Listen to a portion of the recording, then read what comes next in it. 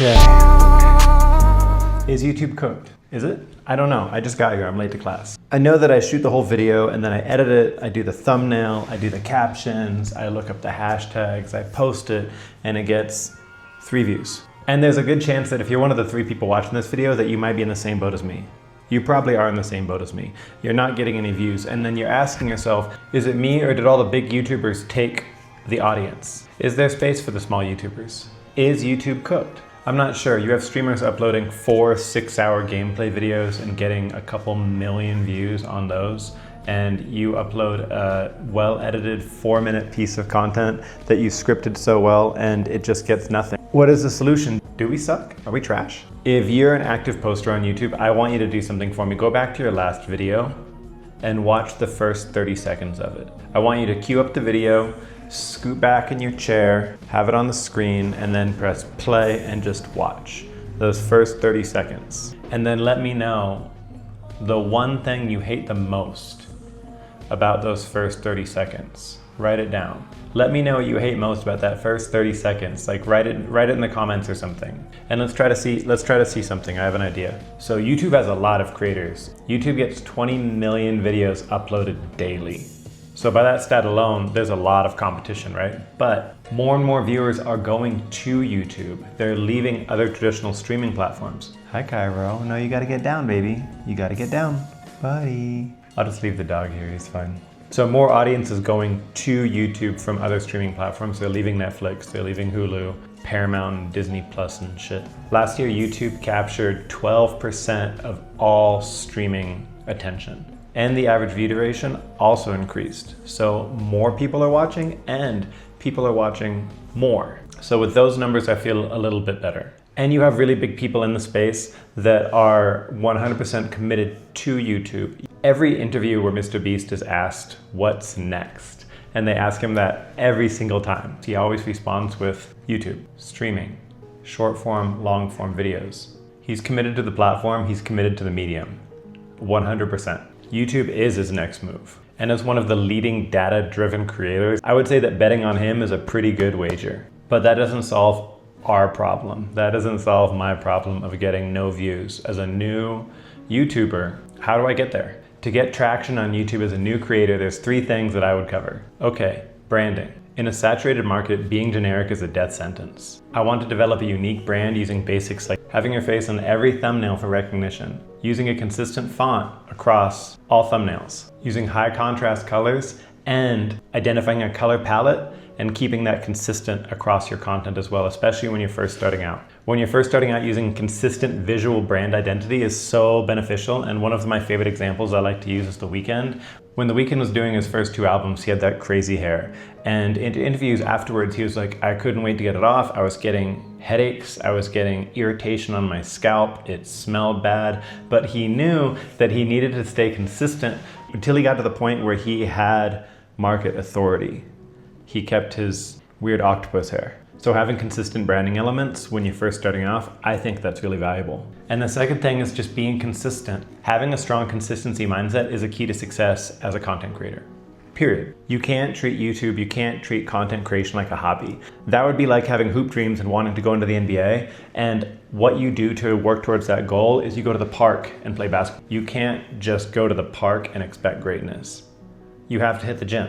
Treat your channel like a part-time job, not a hobby. Create realistic weekly time commitments. Set an amount of time that you want to spend each week on content creation, or if it's platform specific on YouTube, schedule that out. Put it in your calendar. Break it down into specific tasks. Ideation, research, scripting, filming, editing, thumbnails. Thumbnails take time. Set the amount of time that you're going to dedicate to it per week, every week, and log those hours. See as you get more efficient over time. It's helpful to create accountability systems. You might not hit immediately. Commit 3 to 6 months. You can't go to the gym for 2 weeks and then be like, I didn't see results. It's not for me. Getting fit works for other people. They have something I don't. It didn't work for me in 3 weeks. I'll try something else. Maybe I'm good at something else. Don't do that. Give it 3 to 6 months and aim for at least 30 videos minimum for fair assessment before you start pulling metrics to see, is this working? Is this not working? Give yourself a chance. If you're not gonna give yourself 30 videos, you can't expect your audience to give you a chance and give you their time when they have nothing invested in you. And if YouTube is like any other social media or any other creative endeavor, 99% of the success is going to be through delayed gratification. Something you do today might reward you years from now. Years from now, you could have something pop off. Years from now, you could get a lead off of value that you put onto your page, someone stumbles across. So one more strategy that makes a lot of sense, and this is the key. This is the key for anything that you do. Doing this thing will promise success on YouTube and any other social media platform. Trust the guy with 3 subscribers. He has nothing to gain. All right, the improvement system. Use content creation with progressive overload in mind. What you do today should max out your potential. Next week, you add a little bit more. Week after that, you add a little bit more. And you keep going until each time is just as difficult as the last, but every time you're better. You're more effective than you were last time. If you're not adding progressive overload to your content creation, or you're not adding progressive overload as a creator, you're going to top out. Someone needs to push you, and that person can be you. Constant improvement through structured self-assessment. YouTube at its core is a skills course disguised as a content platform. Your first 5, 10, 50, 100 videos will be shit. We can call back to Mr. Beast. He said many times that don't even look at anything until you finish 100 videos. Until you finish 100 videos, don't talk to me about strategy. Once you finish those 100 videos, you'll have less questions. Once you finish those 100 videos, you do those 100 reps, the questions that you were going to ask him, you will already answer it yourself with more understanding than he could give you.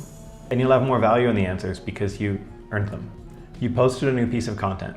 Have a review process. Wait a few days after the upload for emotional detachment. And then rate the video into 5 categories. Thumbnail design, audio clarity, editing pace, script structure, visual, style. But focus on 1 improvement per video. Don't try to change all 5. If you watch the video and you're like, damn, I hated that shit. Don't reinvent the entire concept. Just focus on 1 thing each time, each iteration. Change 1 aspect. For editing reviews, I watch videos on mute. The sound design makes the video more complete. If you remove the sound, you'll be able to catch the editing errors much easier. Also, you can watch the video on 1.5 or 2x speed. That will help expose the problems as well. Additionally, maintaining a growth mindset is important. If you're not cringing at your old content, whether it's a month or 6 months or 5 years or 10 years old, then you're not growing. If your old shit doesn't look trash, that means that your new shit looks the same. And that's why you're not getting views. And then one last thing is resist the urge to compare your content to the content of your favorite creators, to established creators, people that have budgets, people that have the history under their belts. If you have a favorite creator, go back to their videos when they first started. Go back to their videos of the first year. Compare to those. Do not emulate the habits of the successful person you admire. Follow the path that successful person took to get to where they are. I have 0 interest in Jeff Bezos' morning routine right now. Give me a successful person that I admire and I will ask them what they were doing before. Don't look at the Mr. Beast Squid Games video now. Zoom all the way back. That's where you might learn something.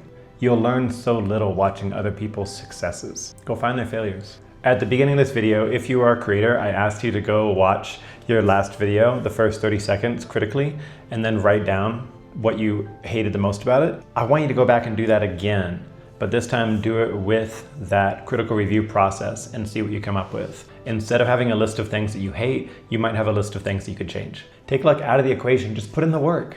Create and continue to add progressive overload. Put your videos out, keep putting them out. They will get better, and every time you put one out is another opportunity to get a hit. And when you have that backlog of 30, 50, 100 videos, that's also creative compound interest. You're building a library of you. So yeah, just keep going, I will. And I am interested, if you're a creator and you're watching as well, let me know, tag your most recent video if someone does watch this. I hope something that I said today from my brain is helping you today. All right, see you tomorrow.